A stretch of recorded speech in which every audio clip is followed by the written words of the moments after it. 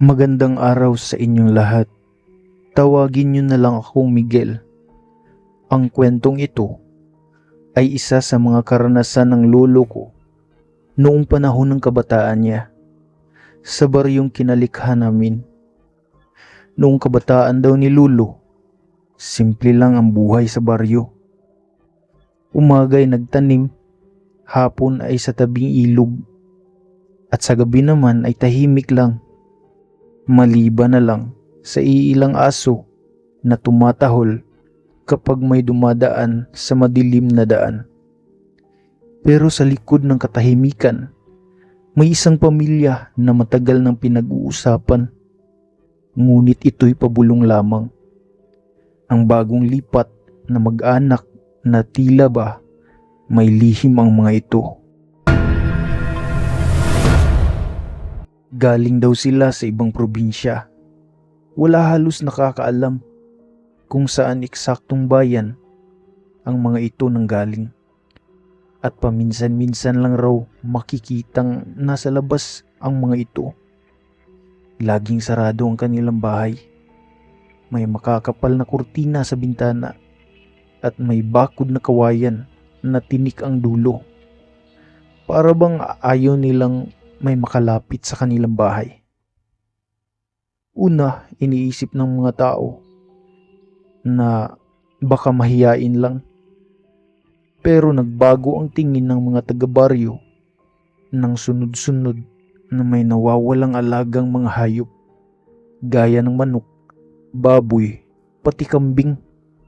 Minsan raw makikita mo sa umaga na may bakas ng dugo sa damuhan patungo sa direksyon ng bahay ng pamilya. Pero kapag titingnan mo, walang kahit anong ebidensya sa loob ng bakuran nila. Hanggang sa isang gabi,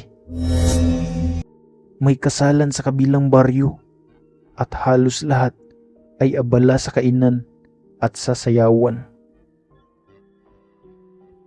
Pauwi na si Lolo nang makita niya na may ilaw sa loob ng misteryosong bahay. Doon daw siya napadaan. Nakita niya nakabukas ng bahagya ang isang bintana at doon niya nakita ang tanawin na hindi niya makakalimutan. Tatlo silang nakaupo sa mahabang lamesa at sa gitna isang malaking mangkok na puno ng sariwang lamang loob at pulang-pula raw iyon at basa pa sa dugo. Nakita pa ni Lolo kung paanong ang babae na marahil ay ina ng pamilya ay sumubo ng isang piraso nang walang kahit katiting na kaba. Pero bago pa man siya makaalis, tumayo ang isang lalaking matangkad at maputla. Tumitig ito sa kanya mula sa bintana. Mapupula ang mga mata nito, parang nagliliyab sa dilim. Hindi alam ni Lolo kung anong uunahin niya. Ang pagpikit para hindi makita ang matinding takot o ang pagtakbo palayo. Pero nang kumurap siya, nakita niyang nakangiti na ang lalaking iyon. Isang ngiting may matutulis na pangil na kumikintab sa liwanag ng lampara. Hindi na siya naghintay pa at tumalikod siya at kumaripas ng pagtakbo sa makitid na daan patungo sa bahay nila. Pero habang tumatakbo, may naririnig siyang kaluskos sa ibabaw ng mga puno. Mabilis, mabigat at tila sumusunod sa bawat paghakbang niya. "Lolo, ano yun?" tanong ko noon. At sagot naman niya, Hindi iyon tao, Miguel. At mas nakakatakot iyon kaysa sa kahit anong hayop. Pagdating niya sa may bakod ng kanilang bakuran, napalingon siya saglit. Doon niya nakita mula sa ibabaw ng punong mangga may isang nilalang na mababa ang katawan, mahahaba ang kuko at mapupula ang mga mata nito. At tila inaamoy nito ang hangin. Hinahanap kung saan siya nagtatago. Agad siyang pumasok sa bahay. Isinara ang lahat ng bintana at binuhusan ng asin ang may pintuan. Ganoon ang utos ng tatay niya noon. Kapag may naririnig na kakaiba sa gabi, habang sila'y tahimik na nagdarasal, may maririnig na mahihinang yabag sa bubong. At kinabukasan, parang walang nangyari. Tahimik ulit ang baryo. Pero may isa na namang balita. May nawawalang batang lalaki mula sa kabilang purok. Huli itong nakita na naglalaro sa labas bago magdilim. At sa kanilang paghahanap, tanging isang tsinelas lang ng bata ang naiwan sa putikan. At simula noon, ayon pa kay Lolo, unti-unti nang lumukob ang takot sa mga tao na maglalakad sa gabi. Kahit mga matatapang na magsasaka ay umiiwas na sa bahay ng misteryosong pamilyang iyon. Pero may isa pa raw gabi na hindi makakalimutan ni Lolo. Ang gabi ng kabilugan ng buwan. Sabi ni Lolo, kakaiba ang katahimikan noon. Parang lahat ng aso sa baryo ay sabay-sabay na natakot dahil walang tumatahol kahit isa. Tanging ang pagaspas ng hangin at malalakas na yabag sa labas ng bahay ang maririnig. Nakasilip siya ng bahagya sa butas ng dingding at doon niya nakita ang tatlong anino sa ilalim ng buwan. Hindi normal ang hugis ng mga katawan nila. Mahahaba ang mga braso, payat ang liig at tila nakayuko habang gumagalaw parang mga hayop na nagbabalat kayong tao. May dalang mabigat na bagay ang isa, parang sako raw yun na may gumagalaw sa loob. At mula sa malayo, naririnig ni Lolo ang mahihinang pag-iyak na parang busis ng bata. Maya-maya, unti-unting lumapit ang isa sa pamilyang iyon sa pintuan ng bahay nila. 3 hakbang, 2 hakbang, hanggang sa nasa mismong harap na ng pintuan. At kumatok ito. At isang boses ang kanilang narinig, mababa at malamig. Mayroon ba kayong asin at bawang? Pahiram naman. Nanlamig ang buong katawan ni Lolo. Alam nilang iyon ay isang patibong lamang. Kaya tahimik lang silang lahat sa loob. Pinipigilan ang kahit anong ingay. Pero biglang kumalabog ang bubong. 2 sa kanila ay nasa taas na. Mabilis na kinuha ng tatay ni Lolo ang kanyang itak at binuksan ang maliit na bintana sa likod. Sinenyasang handa silang tumakbo palabas kung sakaling masira ang pinto. Pero bago pa man makagalaw, may narinig silang napakalakas na sigaw. Hindi galing sa kanila, kundi mula sa kalsada. Isang grupo ng mga kalalakihan, may dalang sulo, itak at sibat, ang dumarating. Mga kapitbahay na nagtatanggol sa baryo. Agad umatras ang 3 nilalang at tumakbo patungo sa masukal na gubat. Pero bago mawala, lumingon ang lalaking maputla na nakita ni Lolo noong una.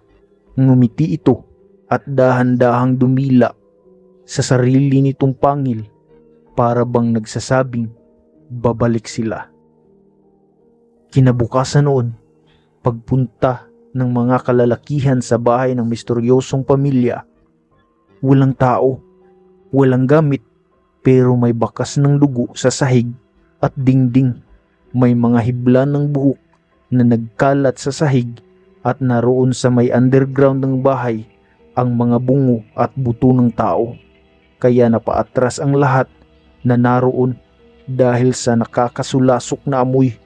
At dahil dito, nagdesisyon silang sabuyan ng gasolina ang buong bahay upang masunog at maabo ang lahat.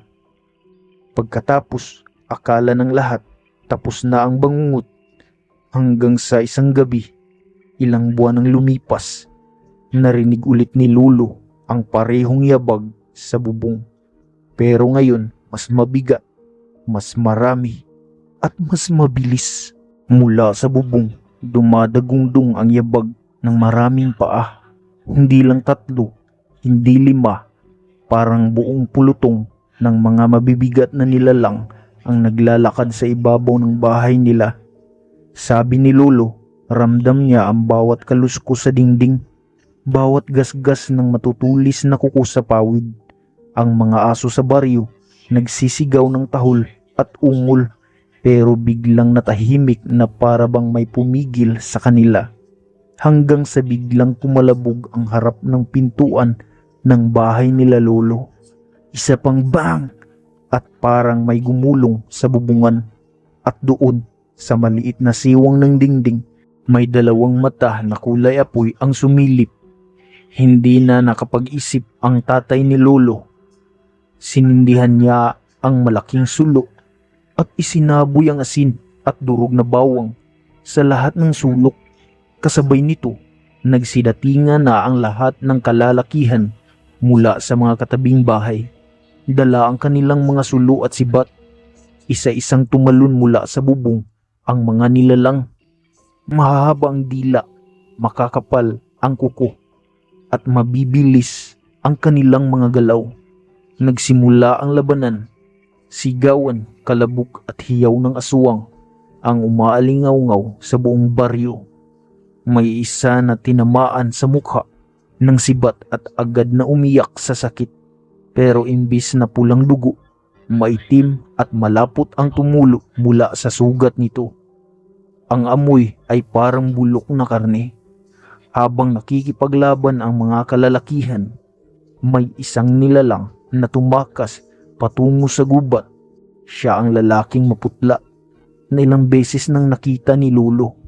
Sa huling pagkakataon, lumingon ito at sa ilaw ng buwan, malinaw na nakikita ni Lolo na hindi ito basta tao. Ang balat ay parang balat ng kalabaw, ang matay pulang-pula at ang ngipin ay mahahaba at pantay-pantay na matutulis. Hindi raw nila alam kung papaano, pero matapos ang halos kalahating oras na labanan, umatras ang mga nilalang at naglaho sa dilim ng gubat. Naiwan ng baryo na wasak ang iilang bahay. Sugatan ang ilan pero buhay lahat. Akala nila tapos na, pero isang matandang babae sa baryo ang nagsabi, Hindi sila natalo. Nagugutom lang sila. Pagbalik nila, mas marami na sila. Tandaan ninyo yan. At mula noon, tuwing kabilugan ng buwan, hindi na natutulog ang mga tao sa baryo. Laging may nagbabantay, may nakasinding apoy at may asin sa lahat ng sulok ng bahay. Pero sabi ni Lolo bago siya pumanaw, Miguel, kung maririnig mo ulit ang yabag sa bubong, huwag kang tumingin sa bintana. Dahil kapag nakikita ka nila, hindi ka na nila titigilan.